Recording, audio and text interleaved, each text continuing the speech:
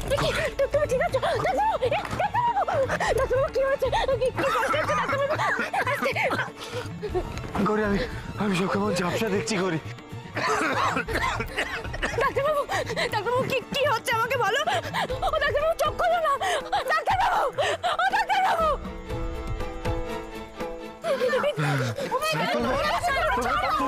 তোমরা কেউ কাছে এসো না।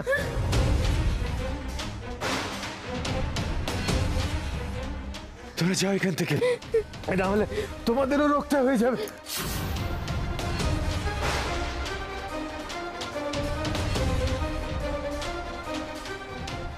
কি সর্বনাশ হয়ে গেল আমার ছেলেটার। গৌরী, কিছু বলো না, কি হয়েছে ওর?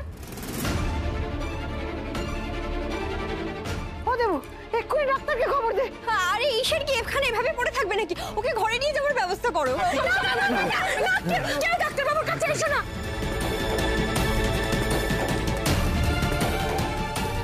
গৌরী, গৌরী, তুমি এখান থেকে যাও গৌরী, নাহলে তোমারও হয়ে যাবে গৌরী। এখান থেকে যাও। না ডাক্তারবাবু, আমি তোমাকে ছেড়ে কোথাও যাব না এই অবস্থায়। টিভিতে যা বলছে এ তো ভয়ানক অসুখ। কি হবে রে দেবু?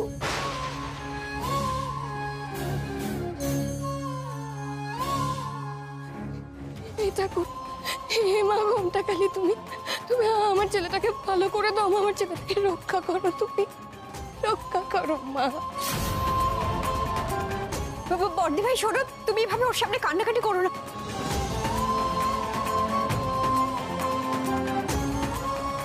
বলছি তুমি একবার ডাক্তারকে ফোন করো না। হ্যাঁ, আমি তাই করছি। আর গৌরী, তুমি একা সামলাতে পারবে তো শানকে?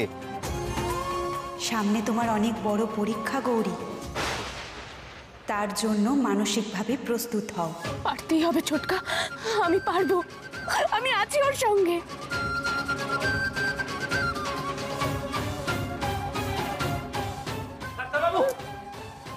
ডাক্তারবাবু, কি হয়েছে ডাক্তারবাবু? ডাক্তারবাবু বললেন বাড়ি থেকে ঘুরে এসে বস্তিতে আসবেন, কিন্তু ডাক্তারবাবু তুমি কাছে এসো না ডাক্তারবাবু, দূরে থাকো। আমি দূরে থাকলে হবে না, আমি একমাত্র তোমাকে সাহায্য করতে পারবো গৌরী। ডাক্তারবাবু যখন বস্তিতে চিকিৎসা করছিলেন তখন আমি ছিলাম ডাক্তারবাবুর হেল্পিং হ্যান্ড।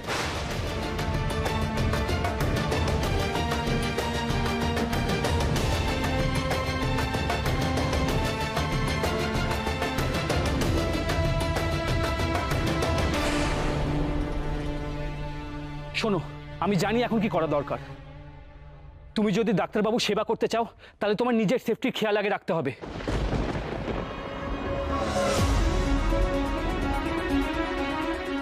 আর ডাক্তারবাবু রুগীদের কি কি ওষুধ দিয়েছে আমি সবটা জানি। তুমি একটু অপেক্ষা করো, আমি এক্ষুনি আসছি।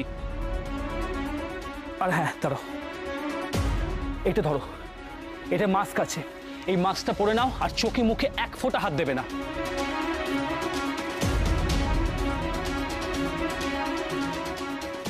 আমি আসছি। আমাকে যে করেই হোক ডাক্তারবাবুকে বাঁচাতেই হবে, এটাই আমার কাজ।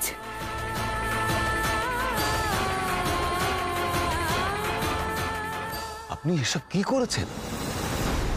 না, আমি তো ভাবতেই পারছি না। গোটা বস্তির লোকজন এখন হাসপাতালে, তার মধ্যে কয়েকজন ঠেসেও গেছে। বলেছিলাম তো, প্রয়োজন হলে আমি অনেক অনেক কিছু করতে পারি। দেখুন, গৌরীর জোর হচ্ছে ওই বস্তিবাসীরা। ওরা যদি অসুস্থ হয়ে যায়, ওরা যদি মরে যায়, তাহলে ব্যাস গৌরী তো একেবারে শেষ হয়ে যাবে। ও কি আর ভোটে দাঁড়াতে পারবে নাকি? তাছাড়া ওর বাড়ির এখন যে অবস্থা, তাতে ও ভোটে দাঁড়াবার মতো মনের জোর পাবে কিনা আমার যথেষ্ট সন্দেহ আছে। আরে যা স্বামী মরো, সে কখনো ভোটে দাঁড়াতে পারে? আর যদি মরে যায় তো হয়ে গেল। স্বামী মরো কেন? তার আবার কি হলো? আর ডাক্তারবাবু নিজে যেচে বস্তিতে চিকিৎসা করতে গেছেন, রোগ বাঁধিয়েছেন।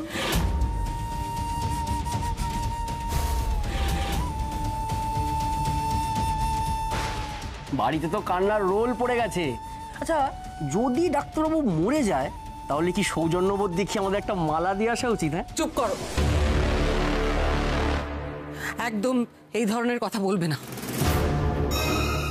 ভুলে যেও না, ঈশান আমার ভাইপো। আরে আমার উপর গরম দেখিয়ে কি হবে? আমি তো আর গিয়ে ডাক্তারবাবুকে বলিনি, ডাক্তারবাবু আপনি বস্তিতে গিয়ে চিকিৎসাটা করুন।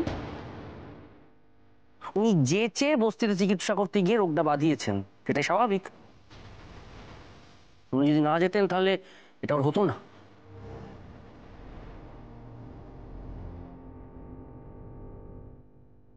কি ব্যাপার কি ছিল মা? এখন তো আপনি নিজের জালে নিজে ফেসে গেলেন। আমার লোকের উপর রাগ দেখিয়ে কি হবে? আমি বলি কি আপনি এবার ওই ছোঁয়াচে সংক্রমণটাকে কিভাবে ব্যবহার করে ফায়দা তোলা যায় আপনি সেটা ভাবুন। হ্যাঁ, আমি সেটাই করছি। আমি আমি ব্যাপারটা সামলে নেব। সমস্ত দোষ গৌরীর উপর চাপাতে হবে। এমন পরিস্থিতি তৈরি করতে হবে যাতে গৌরী সব দিক থেকে একেবারে ভেঙে পড়ে।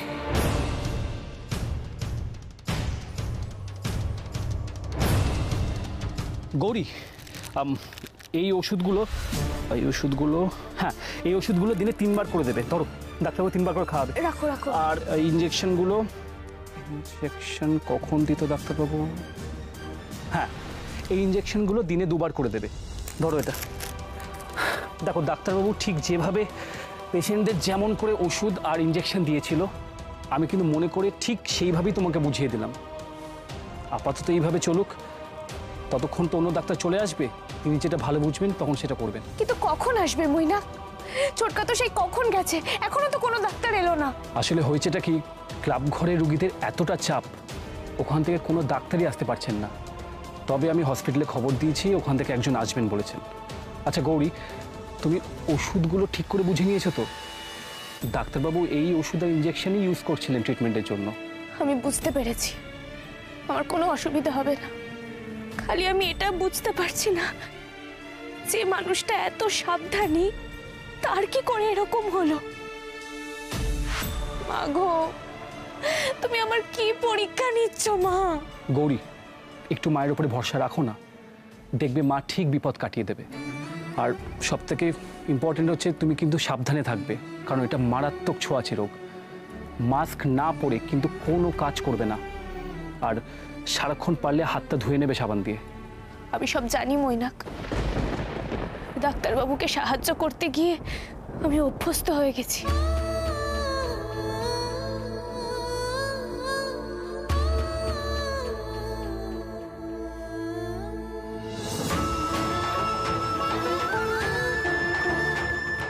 কিন্তু এবার ব্যাপারটা খুব সিরিয়াস গৌরী। ক্লাব ঘরে আমি নিজের চোখে দেখেছি লোকজন কিভাবে কষ্ট পাচ্ছে, কিভাবে সব অসুস্থ মানুষগুলো চিকিৎসার জন্য ছুটে আসছে। রোগটা এতটা ছোঁয়াচে যে নিমেষের মধ্যে গোটা বস্তি এফেক্টেড হয়ে পড়েছে গৌরী। বস্তিতে মারাত্মক সংক্রমণ ছড়িয়েছে। সংক্রমিত মানুষদের মধ্যে ইতিমধ্যে অনেকের মৃত্যু পর্যন্ত ঘটেছে। গৌরী, গৌরী, কি হলো? কি ভাবছো? এখন এই ইঞ্জেকশনটা দাও। তুমি পারবে তো?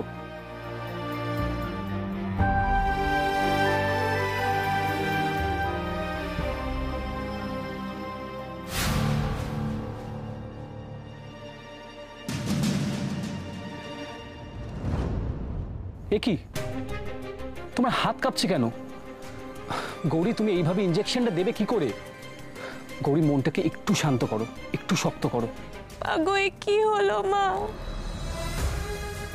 যে মানুষটা কখনো নিজের কথা ভাবেনি, রোগী তার কাছে সব, আর আজ রোগীদের চিকিৎসা করতে গিয়ে মানুষটার এমন হলো মা।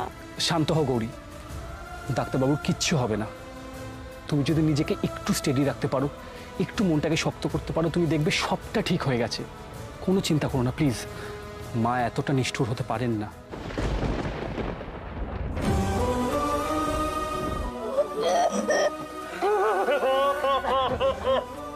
হে মা কালী, তুমি ডাক্তারবাবুকে প্লিজ রক্ষা করো। যে মানুষটা নিজের জীবন পণ করে মানুষকে বাঁচানোর চেষ্টা করছিল, তার নিজের যেন ওই পরিণতি না হয়।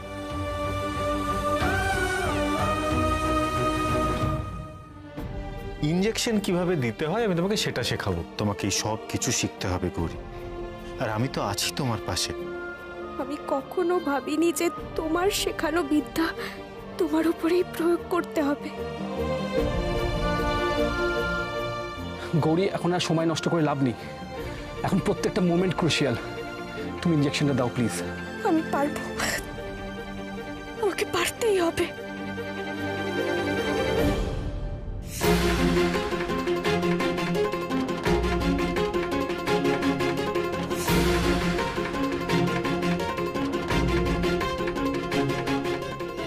এই তো চমৎকার।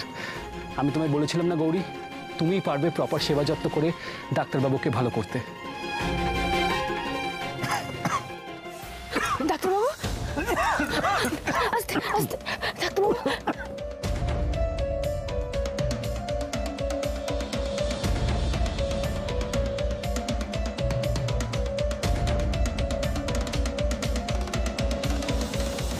আরে বাবা, বারবার কেন আমাকে ফোন করছো?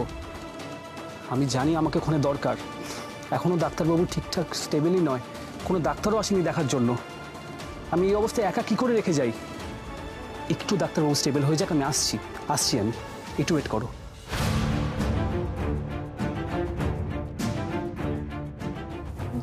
বস্তি থেকে ডাকছে বুঝি তোমাকে? ডাক্তারবাবু নেই বলে বাকিদের উপরে অনেকটা প্রেশার পড়ে গেছে। আসলে ডাক্তারবাবু নিজে হাতে 10 দিক সামলাচ্ছিলেন, এখন ডাকাডাকি করছে, বলছে নাকি আমাকে হেল্প করতে যেতে হবে। আমি পরিষ্কার জানিয়ে দিয়েছি আমি কোনোভাবে যেতে পারবো না। ডাক্তারবাবুকে এইভাবে ফেলে কি করে যাব আমি? না মৈনাক, তুমি যাও, ওখানে তোমাকে সত্যি প্রয়োজন। আমি পারবো একা সামলাতে।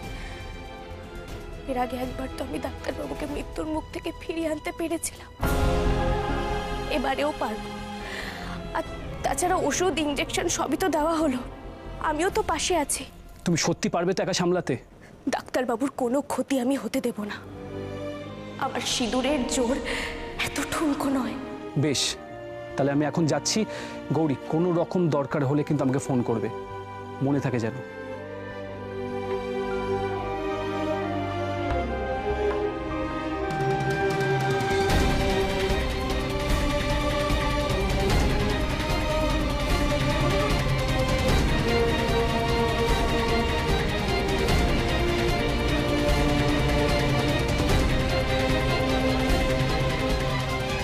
ডাক্তারবাবু, তোমাকে সুস্থ হতেই হবে ডাক্তারবাবু। আমি তোমার কোনো কথা শুনবো না। তুমি যদি এভাবে পড়ে থাকো তাহলে তোমার রোগীদের কে দেখবে বলো তো? এই পরিবারের লোকজনদের কি হবে? আমার কি হবে? আমি তোমার মেয়েকে কি জবাবদিহি করবো ডাক্তারবাবু? তুমি ভালো হয়ে যাও, তোমাকে ছাড়া যে আমি বাঁচবো না গো। তোমার মনে নেই তুমি যখন ছিলে না তখন আমাদের কি অবস্থা হয়েছিল? তোমার মনে নেই গো? সাড়া দাও ডাক্তারবাবু, সাড়া দাও।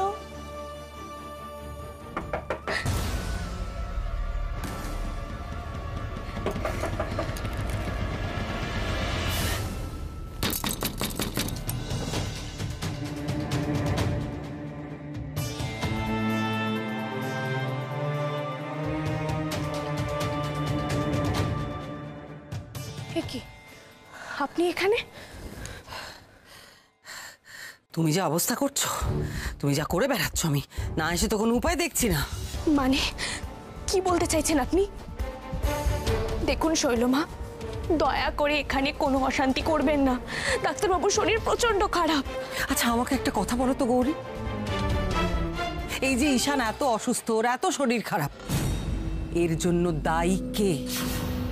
কি বলতে চাইছেন? আমি দায়ী? কিন্তু আমি তো কিছু জানতামই না। ডাক্তারবাবুই তো তোমার এত বস্তির লোকেদের নিয়ে মাতামাতি করার কি দরকারটা কি গৌরী? কেন করছো তুমি এরকম?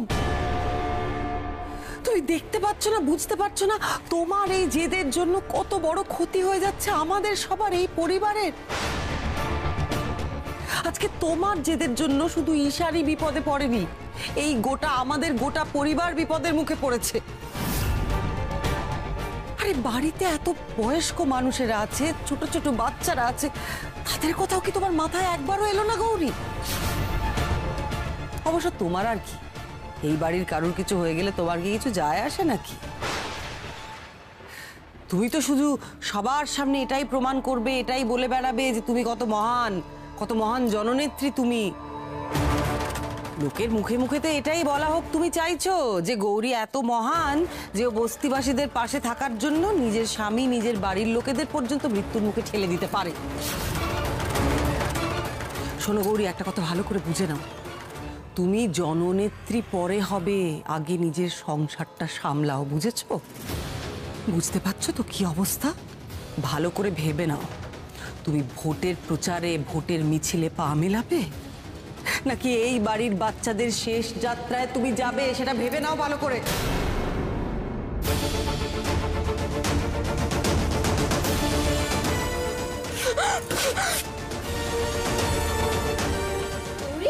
এই গৌরী, কি হয়েছে? ঠিক আছো?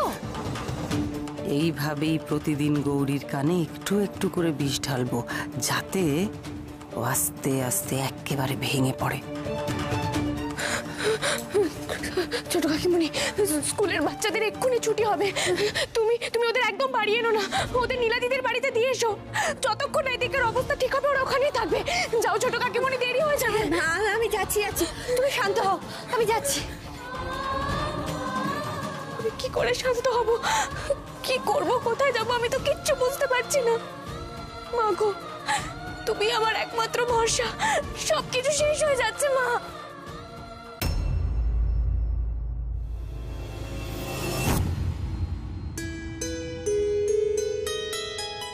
আপনি?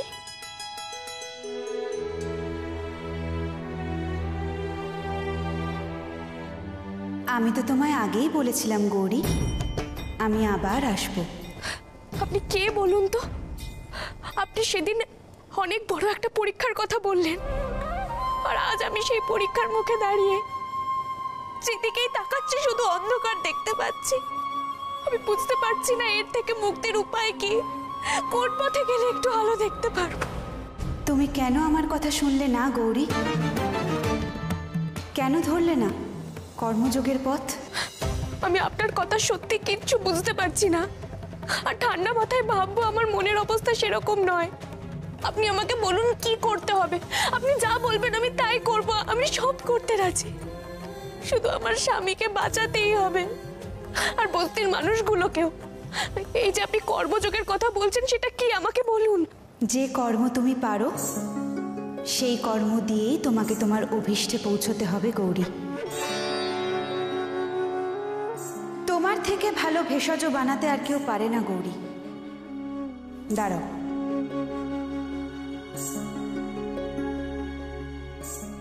এইটা নাও, তোমার স্বামীকে খাইয়ে দাও। কিন্তু আপনি তো জানেন না আমার স্বামীর কি হয়েছে। এই পাতা কর্ম করো গৌরী, ফল ঠিক পাবে। খলে বেটে এটা তোমার স্বামীকে খাইয়ে দাও। বেশ বেশ, আমি এক্ষুনি কল্লোড়ি নিয়ে আসছি।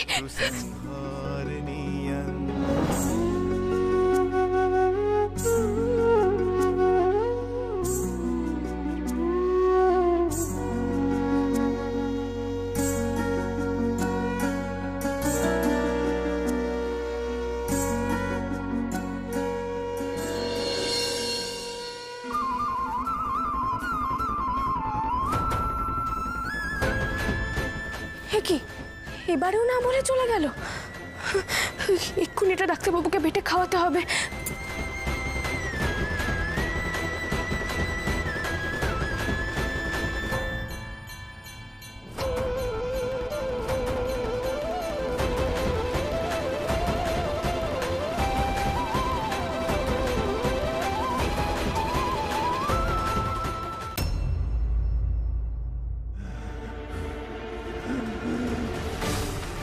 গৌরী, গৌরী, গৌরী। ডাক্তারবাবু,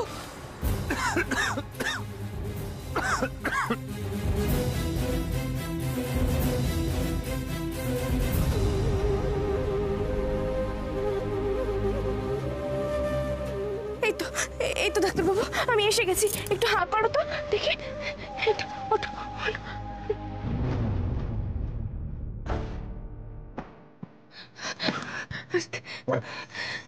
জানো ডাক্তারবাবু, আমি তোমার জন্য ভেষজ ওষুধ এনেছি গো। আমি জানি তুমি এসবে বিশ্বাস করো না, কিন্তু আমি করি। আমি জানি ভেষজ ওষুধের কত ক্ষমতা। আর জানো, খুব আশ্চর্যভাবে আমি এই ওষুধ পেয়েছি গো।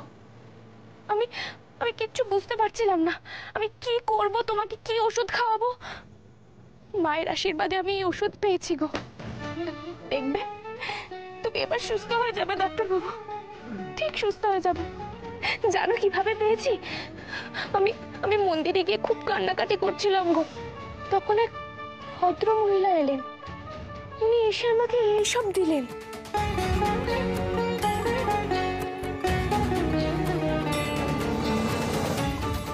এইটা নাও, তোমার স্বামীকে খাইয়ে দাও।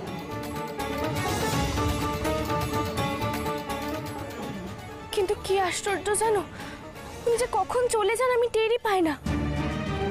এর আগেও একদিন উনি এসেছিলেন, কিন্তু কোথায় যে চলে গেলেন আমি খুঁজেই পেলাম না। আমি আবার আসবো কেমন?